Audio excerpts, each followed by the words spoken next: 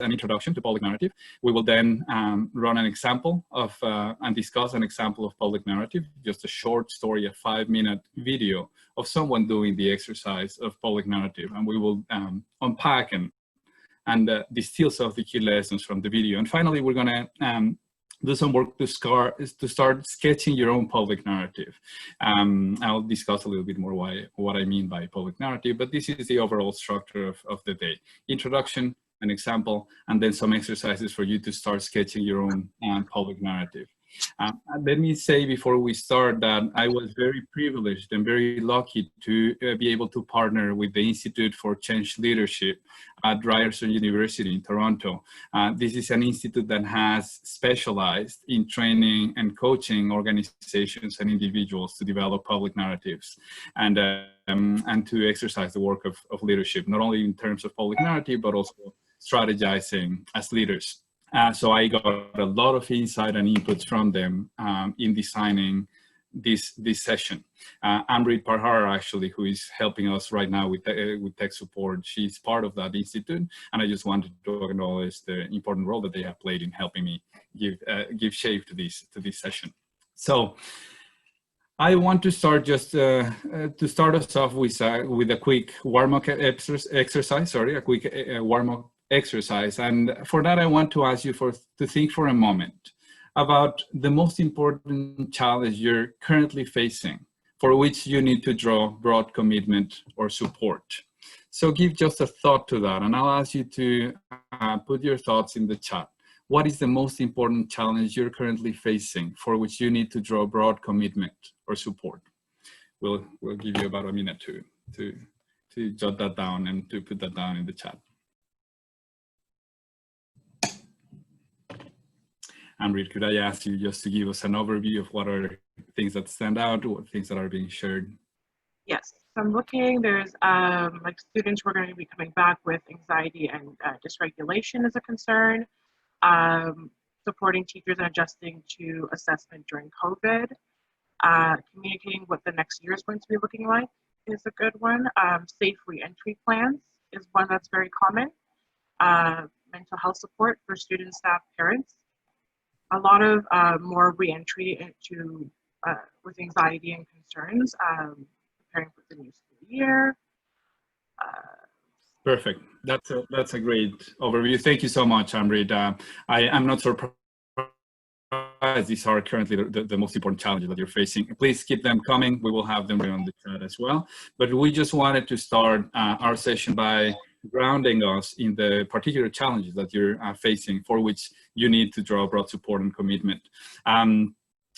Before we get started and before we launch into the introduction of public narrative, we have to do a quick logistical step, which is we want to create small groups that will be meeting again later. This is going to be a very quick exercise, but number one, introduce yourself. Number two, name your group. Number three, choose a group representative. Let me just say briefly, the group representative is someone that I may call on to engage in conversation during this webinar. If we can get started, we will break into small rooms. Representative, I will ask you to please write down your group's name and your name in the chat, just so that we can keep record of the groups that are here right now and who will be who I can engage with during the conversations that we're going to be having during the seminar.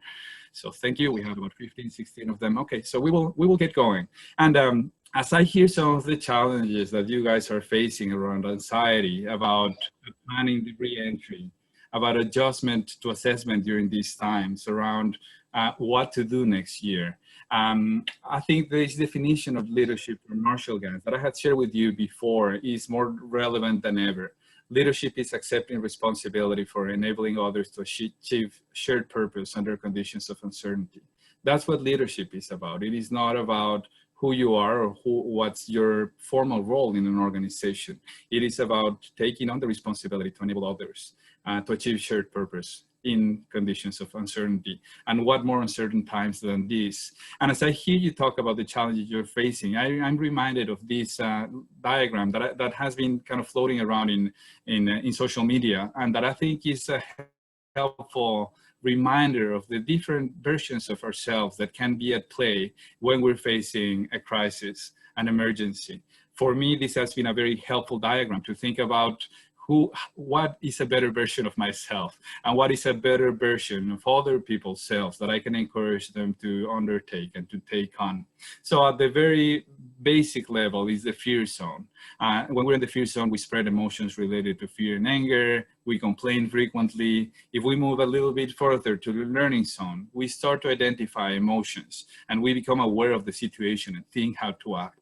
If we move a little bit forward, we get into the growth zone where we are empathetic with myself and with others, but also we thank and appreciate others. And finally, we expand it even further. That's when we can start taking on transformational action. And I will imagine that all of us have been moving back and forth between these zones. And I will not be surprised if many of the people you lead are either stuck in one of them or as a group, probably diverse in terms of where they're at. But I think it's very important to know that everybody will be in a different place. And you may already have a sense of where the majority of your people are at. And I think it's very important at this time not to assume that everybody's okay, to take the time to check in, etc. But what I want to discuss today is public narrative and how we can use it to help people move from the fear zone towards more productive zones of action, of reflection, and how to do it in a way that maintains a common direction, a sense of community, of we're in this together. I had presented this diagram before. This is Marshall Gann's framework to think about the work of leadership. And the work of leadership is not only about mobilizing the head of people, it is about mobilizing also their heart and their hands. It's this trilogy of head, heart, and hands that make the work of leadership whole. And we have talked before about strategy. In the last session we were together, I presented this definition of strategy also by Marshall Gann. Strategy is how you turn what you have into what you need to get what you want. That's what David does to defeat Goliath. Strategy is how you turn what you have into what you need to get what you want. And to a great extent, strategy is a matter of the head. That's the thinking. That's the how to act. It allows us to make good decisions, smart decisions in the face of uncertainty to have some chance of success. So strategy is mostly about engaging the head. Public narrative, on the other hand, is about engaging the heart. Public narrative is an exercise, a practice of leadership that allows us to communicate values, mobilize emotion, and enable agency. So public narrative becomes important when you're facing a challenge for which you need to draw broad support, and you need to bring people in with you to achieve shared purpose. And I think there are many occasions, there will be many occasions for that in these times. So public narrative, while strategy is about engaging the head, public narrative is about engaging the heart. It is what reminds us not only how to act, it doesn't only tell us how to act, but why to act, and propels us to take action. So that's the work of public narrative, to mobilize the emotions that are necessary to engage in purposeful action together.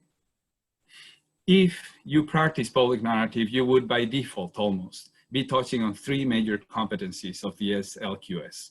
You will be building more effective relationships. You will be showcasing your ability as a visionary leadership, and you will be supporting effective governance. That is better relationships across your board, with your board and with your constituents. And depending on what focus you give to your public narrative, you can touch on any or all of the other competencies, modeling your commitment to professional learning, leading learning, ensuring First Nations, Métis, and Inuit education for all students, school authority operations and resources. Depending on the focus of the use of your public narrative, you can touch on any of these leadership competencies. So as I was saying, we understand the world, we engage with the world, we interpret the world in two ways. One is analytically, the other way is narratively. Analytically, we think. That's how it's the thinking. It's again, how do we develop strategy? What's the argument that someone is making, etc. Narratively, we engage the heart. Narrative and through story, we basically help others feel the emotions that remind us of our values. So that's what stories do. They help us feel the emotions that remind us of our values. And it's very important to do that with public narrative, because when in times of change, in times of loss, in times of collective anxiety, it's very important to be intentional about overcoming the emotions that constrain action, that maintain the status quo. And stories can help us bridge between the emotions that maintain the status quo with the emotions that allow action, concerted collective action.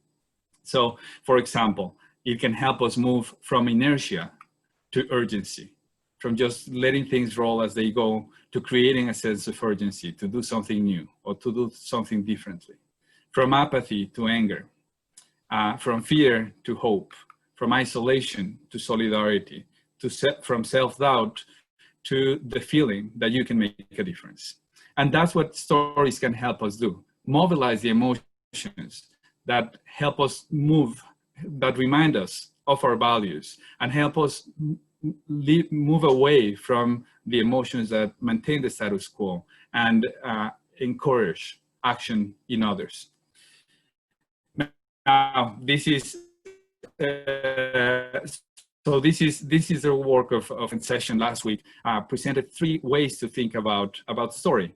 Three ways to think about parts of the story. So one of them was, Aristotle saying, a story has a beginning, a middle, and an end, or it's the 3 parts are good fortune, ill fortune, good fortune again, or context, action, result. Here I will present another way to think about a story, about a basic structure of a story, which is a challenge, a choice, and an outcome.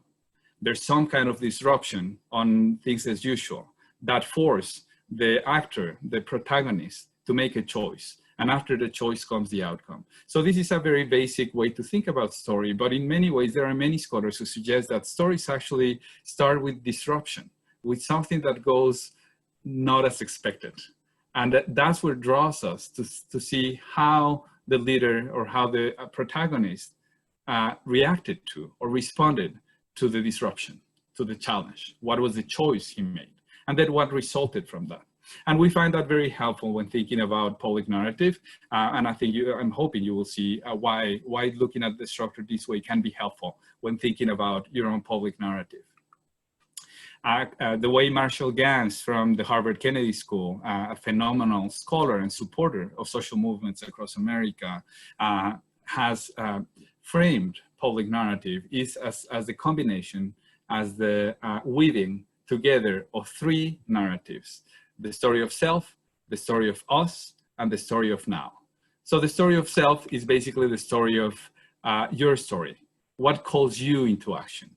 What brings you here? Why it matters to you? And why is it important to bring the story of self? In conditions of uncertainty, where we're making big asks from people, we're asking them to do a sacrifice, or to try something new, or to move beyond their comfort zone. We can only do that if people trust us. And the best way to allow them to trust us is to open our hearts and to say who we are. Why do we care? Why are we here? That's the first thing. So the story of us is important because it positions you together with the people you want to draw support from. So that's the first very important aspect of a good public narrative. The second is the story of us, which is the shared story. What is it that I'm telling about myself that is shared, that I think is shared amongst all of us? Those of us who are kind of part of the us that the storyteller builds. But how does my calling connect to your calling and to the call of everybody in this room? That's the story of us, building a broader constituent that could make a difference.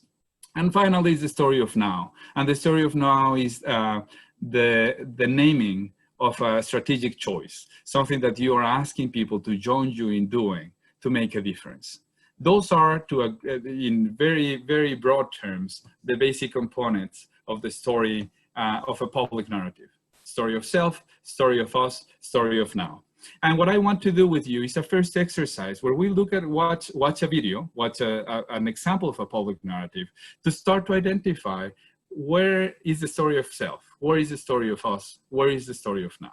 This is a short video. This is a public narrative developed by a colleague from the Harvard School of Education, Meng, who created this narrative to try to engage the Harvard Kennedy School of Government School and the Harvard School of Education, so the School of Government and School of Education, into a particular campaign.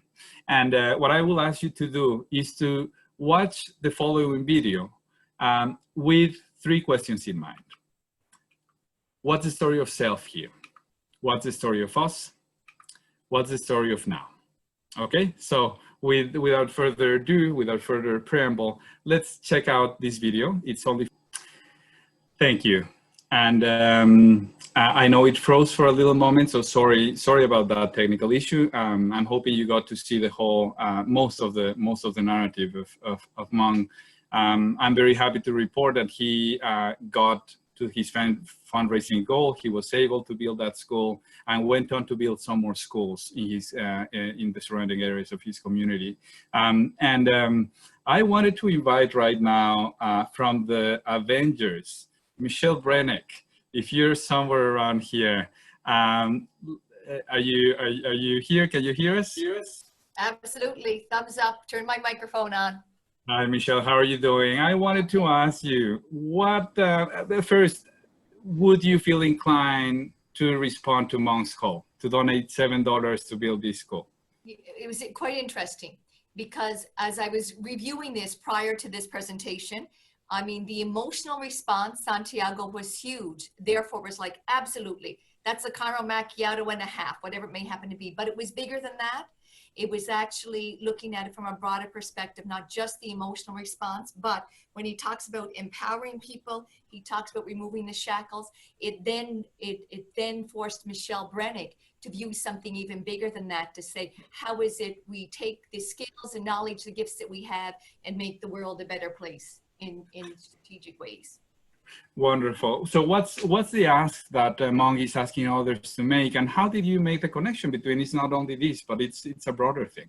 Well, it was interesting. He begins with his own narrative, and that was the first piece, beginning with his narrative.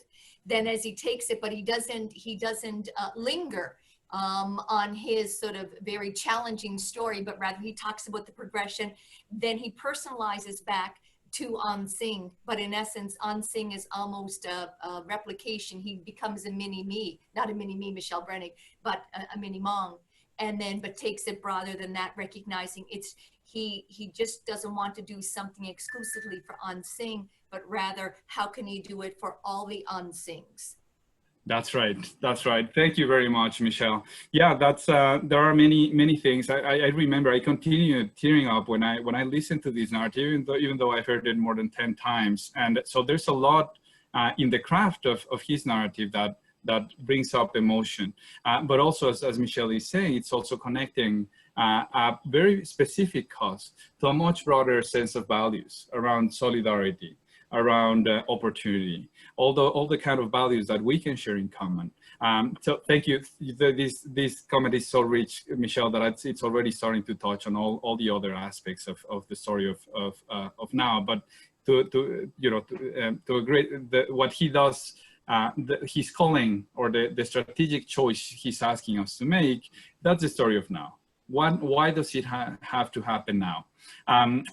Michelle, anything else you wanted to say about how does Meng build the sense of urgency that it has to happen now? Sorry, Santiago, you broke up. Is that me still? Sorry. Yes. So yes. Yes. Yes.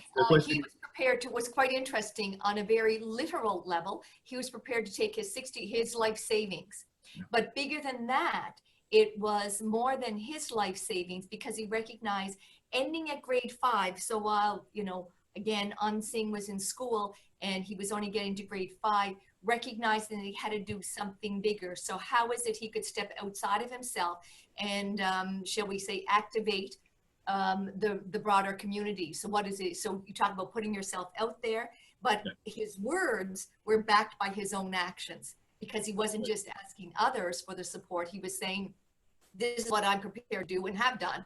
But you know what? I'm looking, I probably need something more than that. But again, not for a small contingent, but for a broader group, a broader swath of humanity. That's right. So two elements in his craft, in how he crafts the narrative, that are important. First, he's talking about unseen and how he's leaving grade 5, and there's no other option for him. So in that sense, he's helping build a sense of urgency, but also putting himself out there, saying, I can no longer do it on my own. I already spent all my life savings to build the elementary school.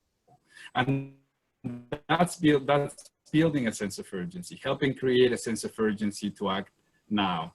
Now, we're around here, and if so, can I ask you to say hello, to say a quick hi? Okay, let's Neil,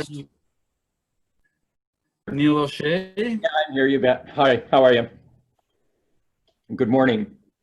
Doing well, Neil. Thank you very much. Good morning. You okay if I ask you just one question right now? Absolutely. Thank you. So, Neil, I just wanted to ask you, what do you learn? What do you know about Monk's story? Who is he, and why is he called to lead?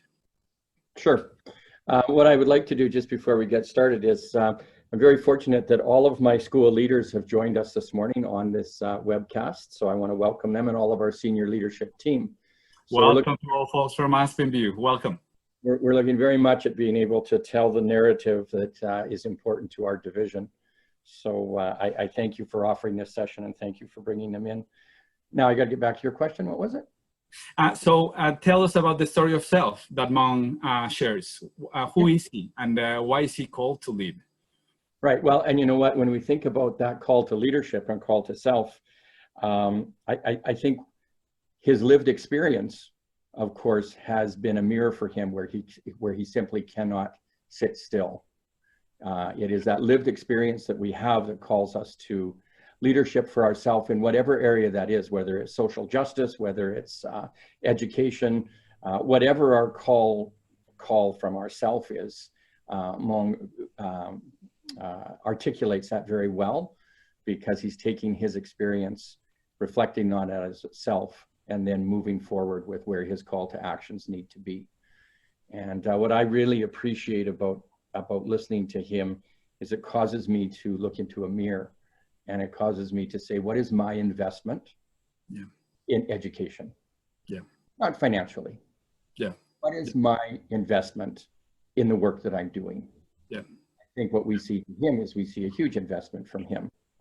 But, and I think what happens is our investment into what we're doing, our call to leadership around education, it is our actions that speak about our call. Yeah. And through his actions, he's identifying what is important to him and his self.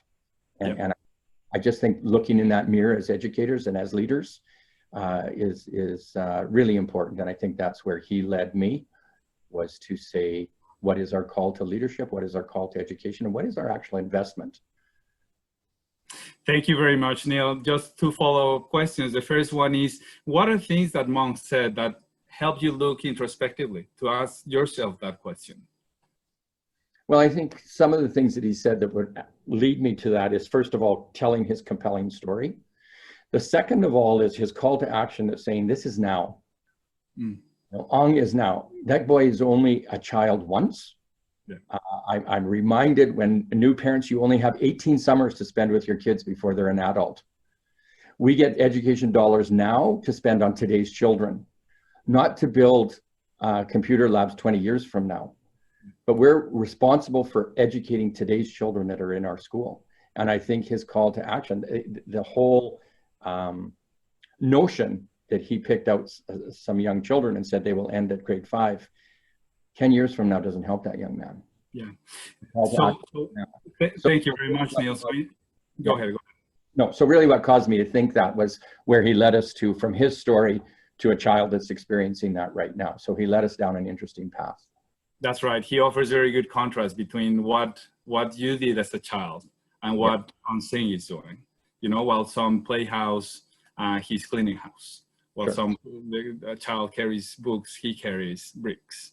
And so he builds he's very skilled at building a narrative that's personal, but that connects to a broader community. Not only the community he's addressing, I think we all feel connected to him when he tells us about his own story. Now, just a quick last question, Neil, but do you see a connection between what he's asking people to do and his own story? Well, I think the connector to me is education. Yeah. Right. So of course, I do see a connector, what he's asking people to do, which is help us educate the world, right? Let's educate. That's right. Now, the thing is between the particular ask, which is, help me build this other school, this new secondary school, and his own story. Do you see a link? Yeah, definitely. I mean, he's a living example of education. He's a living example of somebody who used education to get out of his scenario. And we hear this time and time again through research, through other narratives, that what will free the children, what will educate the women, what will free women from oppression is to educate them, right? Educate our young girls, and it will free women in the future. So absolutely, there is a connection between his lived experience and what he's asking not only the broader community to do in terms of give me $7 and let's put all of our $7 together and make a new school, but let's unite around a common cause and do what we can in our little piece of the world to move that agenda forward. Wonderful. Thank you very much, Neil. I'll just go very briefly. I see that we're kind of just on the verge of the time that we have allocated for this part of the section. I just wanted to offer a quick view of how he creates a wider us. There are things that he says, such as, you may not have experienced atrocities, but but I know that you have felt at some point what it feels like to be powerless, to be with all the odds against us. He's building that way a bridge between you and between himself and others. He's saying things like, think about what you were doing at 7 and position us to connect to unseen and to see how different the experiences are, but to connect that way. He says something like, if you believe like I do that a child doesn't have to grow up in the same darkness that he was born, he's again tending a bridge between his own story and what he's asking people to do and the people he's trying to connect with. I want to call on now from the Sunshine and Rain team, Amber. Are you around here? Yeah, I'm here. Hi, Amber. Thank you very much for being here. And I just wanted to ask you just briefly, what are things that made Mong's story appealing to you, compelling, the story compelling? Well, I think his story of self has a happy ending because his mother believed in him, believed in the value of education and saw a better future for him. He's now living that future. When he ran into Ansing, when he visited his mother, he saw a likeness of himself as a child again. And we all want to help ensure that happy ending. If we all contribute, and he sets the barrier very low.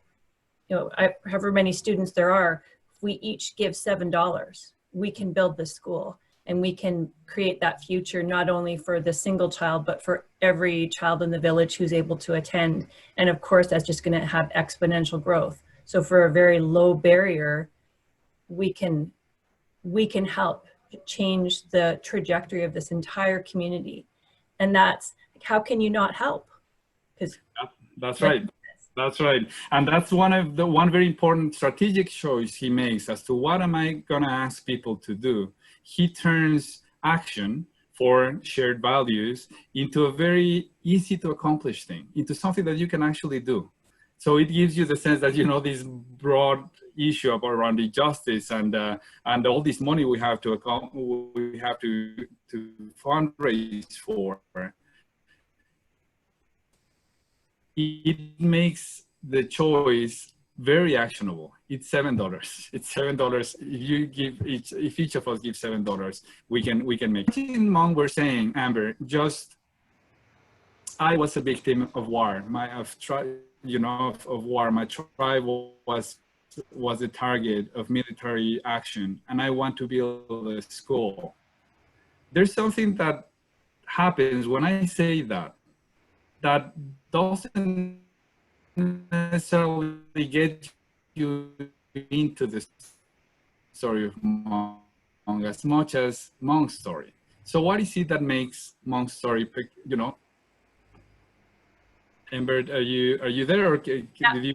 I'm just trying to make sure I understand your question. I think, what is it that makes Monk's story compelling personally? He gives us enough of his own story that we understand he has this lived experience. Yeah. And then when he talks about this, the scars on his face and the scars on his heart when he meets Anzing and sees that future, we by making himself vulnerable to us by sharing his story, we start to feel a personal connection. So it's not just a speaker, it's actually there's a beating heart. He is engaging the heart. Yeah. And therefore, as our hearts are engaged, we are listening, we are paying attention, and we're actually looking for a way out of this problem with him. We become allies. And when he suggests, just chip in your $7, it seems so easy and important to do. That's right. So you mentioned one particular example, the scar in his face, and I can only imagine the scar in his heart. In many ways, the story that Monk shares is very rich in imagery. He can bring us into the moment where the military is coming to his town, when he looks back and sees the village in flames, when he's scared, terrified, and his mother takes him and hugs him and says, "We need to get out of this hell." I see the scars in his face. He's given us a lot of imagery that allow us to connect emotionally to the story, and brings us into the place. And in many ways, the craft of storytelling is not only connecting, weaving the stories of self, us, and now, but also bringing particular moments to life, but by describing the moment, bringing people to the moment. One thing that Marshall Ganz often says is use less adjectives and more images. So images, what are big images that can help convey the emotion that you want to convey, so that people come into the story that you're talking about, not only rationally, but emotionally as well. Okay, so overall, this is the basic structure of a narrative: the story of self, the story of us, the story of now. The basic structure of a good story is challenge, choice, and outcome. For example, Monk identifies, goes back to his village, and he's horrified to see people from his village serving as deliverers for the people who destroyed their village. So that's the challenge. And he makes the choice. He puts on his savings to build the elementary school. And the outcome is there's now a school for these kids. And now, again, he presents a new challenge. Now, Anzing is finishing grade 5, and he won't be able to graduate. So here we have a choice, and this could be the outcome. So overall, this is the basic idea. But what I wanted to do with you is to think for a moment, to give you 2 minutes to think about the following. What is the most important challenge I'm facing for you, which I need to draw broad commitment and support? You already kind of jot that down at the beginning of the session. So come back to that challenge. What will the world look like if we successfully tackle that challenge? What will happen if we are successfully tackling that challenge? And finally, what are the strategic choices I want to ask others to make? Okay, so let's take some moment to think about these things. Let's take a minute to do this reflective, introspective work. These are the 3 questions. What is the most important challenge I'm facing, for which I need to draw a broad commitment or support? What will the world like if we successfully tackle the challenge? And what's the strategic choice I want to ask others to make? Let's take this 1 minute to get that. So let's come back. It's just to start kind of helping your thinking around starting to build a public narrative. Of course, we don't expect that at the end of this session you will have your final version of a public narrative, but this is a first exercise so that you can start doing the introspective work that's required to build a good, powerful public narrative. And I want to engage right now on a quick exercise of coaching. I have asked Colleen, and Colleen, please let me know if you're around, to engage with me in this quick exercise of coaching where I will model the kind of work that we can do to help people start to draw from their own stories to build a public narrative. So Colleen, are you here? Yes, Santiago. Good morning. Perfect. Thank you very much. So what I will do is now, we have all had a chance to think about strategic as a specific challenge that we want to draw the commitment and the support of others to overcome. And what I would like to do with you, Colleen, is to engage in a quick conversation. It's going to be about 5 minutes where I ask you about the challenge, about the story behind the challenge, and my coaching will be just to help start to unearth some of the aspects of your story that could be brought into building a public narrative. We'll see how far we can get in 5 minutes, but that's it. So I wanted to ask you first, what do you see as an important challenge you are facing or have been facing lately? Lately, Santiago, as a group of CAS directors of leadership learning, we've been grappling with how do we build and offer a comprehensive professional learning agenda or plan for system leaders, and I'm currently looking at building a program for school leaders. Yeah. And you want to do it? Is that the online version or just the comprehensive plan overall? Well, that's what. Thanks to COVID, the process has become a Zoom process. So we've gone from a descriptor of velocity to a structure that we're building a whole leadership learning plan on. And it has been an adventure for me. I can't speak for the other directors of learning, but certainly it's much different when you shift from being a participant to the facilitator, and how do you facilitate and engage and empower and inspire leaders to do what they do best. Yeah. So give me a sense, Colleen, of why is doing this important for you to develop this comprehensive professional learning agenda for system leaders? Why does it matter to you? An investment in system leadership or school leadership is an investment in staff, it's an investment in students, and it's an investment in community. So if we can come together to learn together, moving ourselves towards action, we can create even stronger learning environments for all of those people, but with a focus on children. Now, are there any aspects of your story? Is there anything in your story that makes this particular part of the works important to you?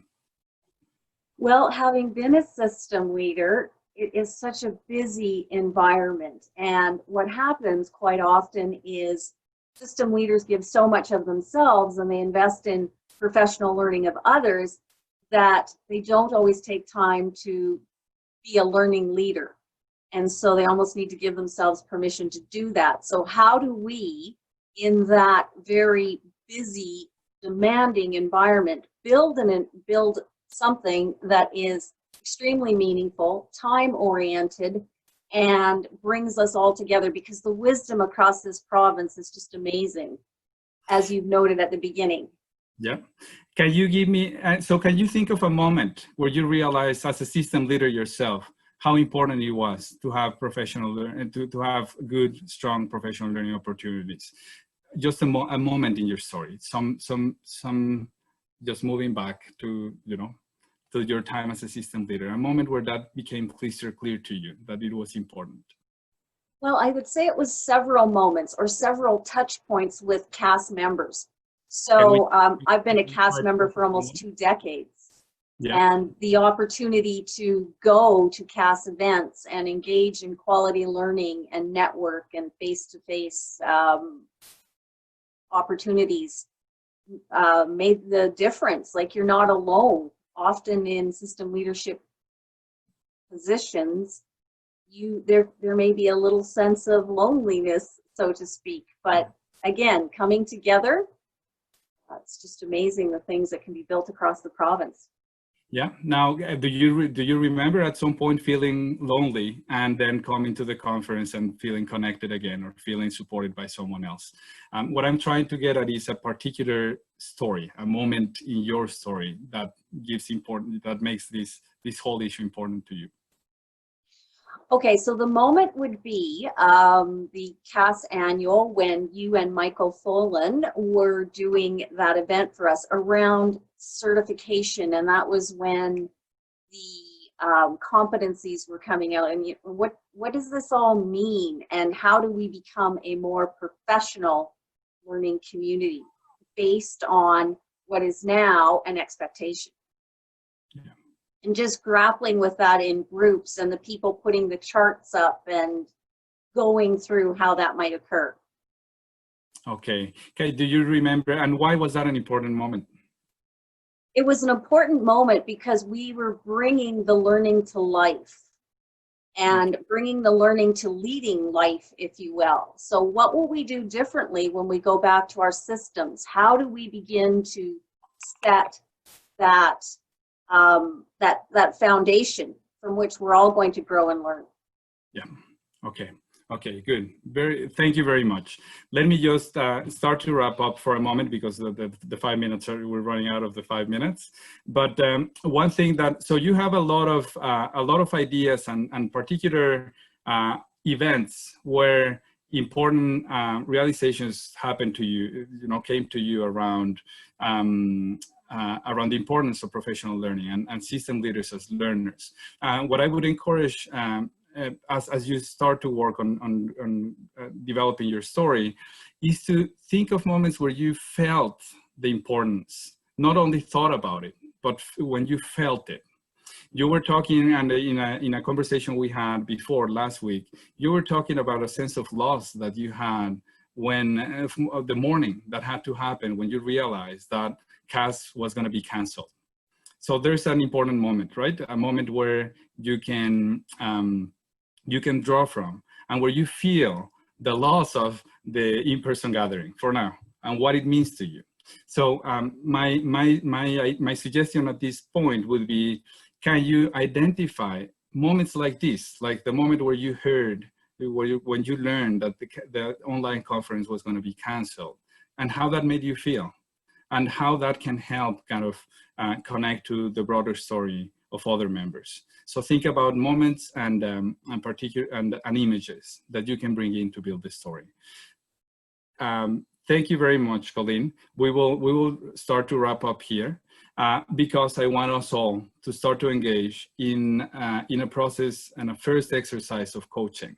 And for that, I just wanted to offer you a quick overview of what we mean by coaching. Coaching is not giving feedback, but more the idea is to use focus questions to improve and develop the story of someone else. So it's about asking questions. Some questions that you can ask are, tell me more. So then what happened? How do you feel when this kind of thing happened? Why did you did what you did? Where do you find the hope? Or, to dig deeper, when you said such thing, what do you really mean by that? And this is what I felt when you said that. Was that what you intended, etc.? So those are some overarching ideas. You have those in your slides. And just a quick sense of what coaching is and what it is not.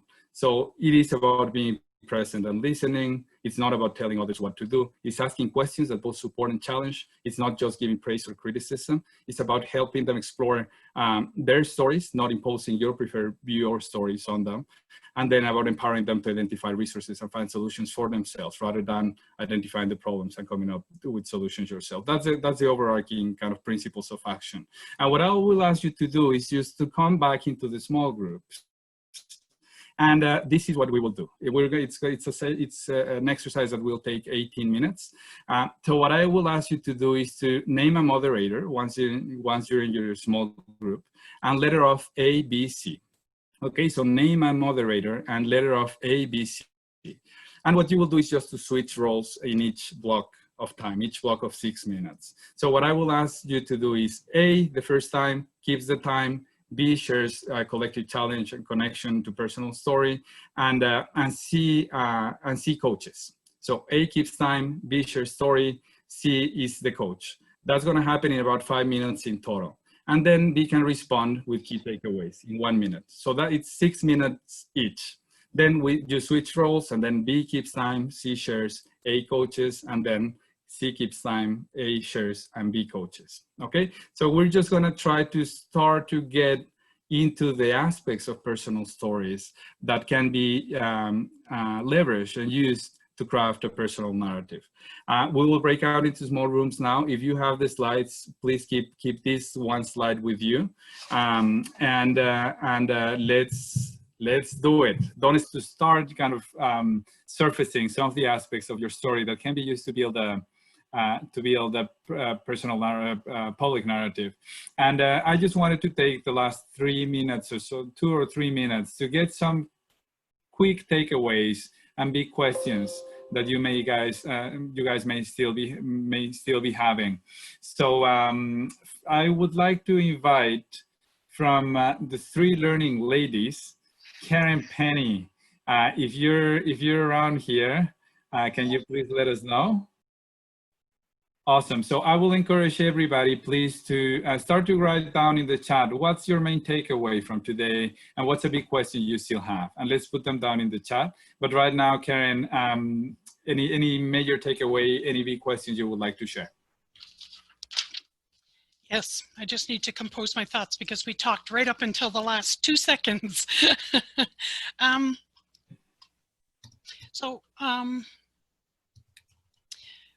Big takeaway here is, I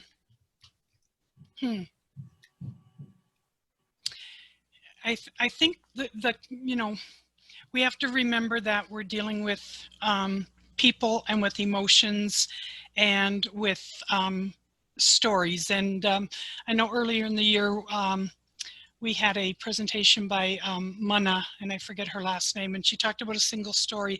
We have to remember that there are multiple stories that we have to consider when we're moving forward to have the outcome that we want. And Lenore and I were talking, we lost our 3rd member, so we basically just went back and forth the whole time, but it really comes down to the moral imperative that we do right by students, that we do right by staff, and we do right by ourselves. What does that look like for us? That we support people and we help them move forward with this, whatever education looks like in the fall for us. It really needs to be what is right for our students and right for our staff, because it's all we have. We're people. We're people first. And, you know, we can talk about the educational decisions we have to make and the all the other agencies around us. We talked a lot about marks and about universities' requirements and the things we don't have control over. We need to control what we can, and what we can control is the work we do with our staff and our students and our communities. So this exercise was really good because we spent the whole time questioning each other, and I think that's wonderful that we were able to throw it back and forth the whole time and say, okay, but how do we do this and what would we do next? So I'm just looking at that slide when it talks about the plot and the challenge, choice, outcome. It is our moral imperative that we work as a school organization to do what's right in the fall. We won't go wrong. We won't be wrong. You know, we're not going to get this perfectly right, but we will not go wrong if we stick to that plan of making sure that we support students in their learning, the parents and the staff. Thank you very much, Karen. I will just pass it on to Scott for the closing. Just wanted to mention, I wanted to thank again the CAS for organizing this event. I thank the Institute for Change Leaders as well, and Ambridge for the support in making this happen. Just know that there's this institute, and we're starting to develop some partnerships to support school leaders, system leaders to provide coaching to create public narrative. So if that's of interest to any of you, you can let us know at some other point. But it's a delight always to interact with you. Good luck with what's coming, and I hope we'll see each other soon.